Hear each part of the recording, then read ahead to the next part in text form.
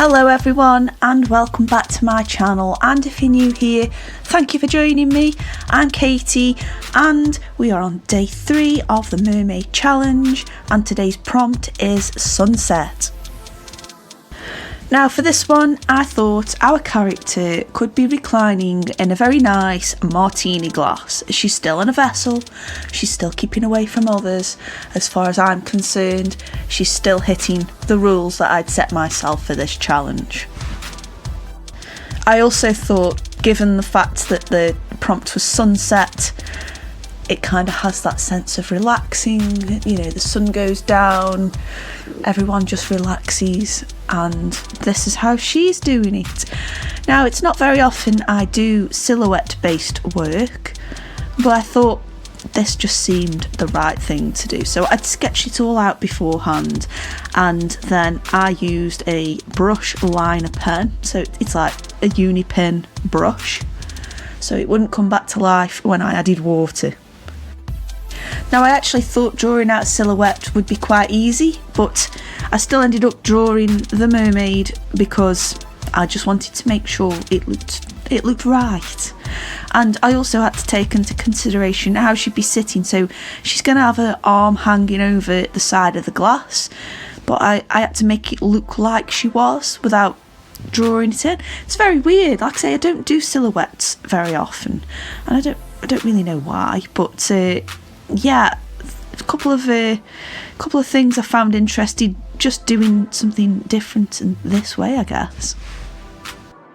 The paper I'm using is a watercolour board which I got from The Works, which is a UK based shop, and I was just sort of mooching around there just for bits and bobs really. I like to pick up the odd book from there, and the paintbrushes are okay. They're very inexpensive, so if they break, or if I'm using a medium where I can't quite get them clean, it's not a great big loss for me. But I saw these for 50p, which is a bargain, and yeah, I picked them up, and they're alright, they're okay. Now it's time to add some colour. So I've used these before on challenges, and these are the Caran d'Ache water soluble pens. Well, they're like watercolour pens really, and I've had them for a million years and they're still working to this day. I don't use them a lot, but every time I use them, it's like they're fresh out of the pack. I think maybe 1 or 2 colours are starting to dry out, but that's nothing a bit of water can't fix, right? So obviously the sun is setting in the background there, and I've used rich orange tones and then a splodge of yellow in the middle just to make it look extra glowy. And then for the sea, because she's in this little vessel in front of the sea, obviously, I went for rich reds and pinks, which I thought was going to be more of a violet colour, but I'm kind of glad it wasn't. And that just shows that the sun's just dipping into the water and it looks really nice. And obviously I'm activating all of this with a water brush, which I got, I can't actually remember where I got it now. I don't know if it was a scroll box or an up crate. If you guys can shed some light on that, let me know. I'm sure you've watched them. For the sky itself, I've gone in there with a rich red and continuing on with that lovely, gorgeousy, pinky violet colour. And yeah, I really like how this turned out. Like I say, I don't do silhouettes very often, if at all actually.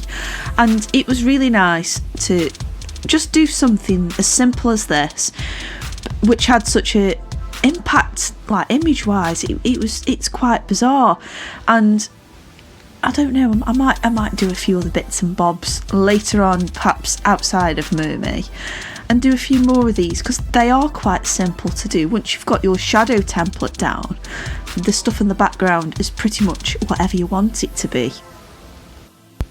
So a few of the colours had travelled whilst diluting them, and that happens sometimes. So just to touch things back up and make things look a little bit more crisp, I went in there with a white gel pen, and yeah, I'm really happy with how the right things are standing out. I didn't want to draw the glass in black. I thought drawing it in white would make it look more like a glass, I suppose.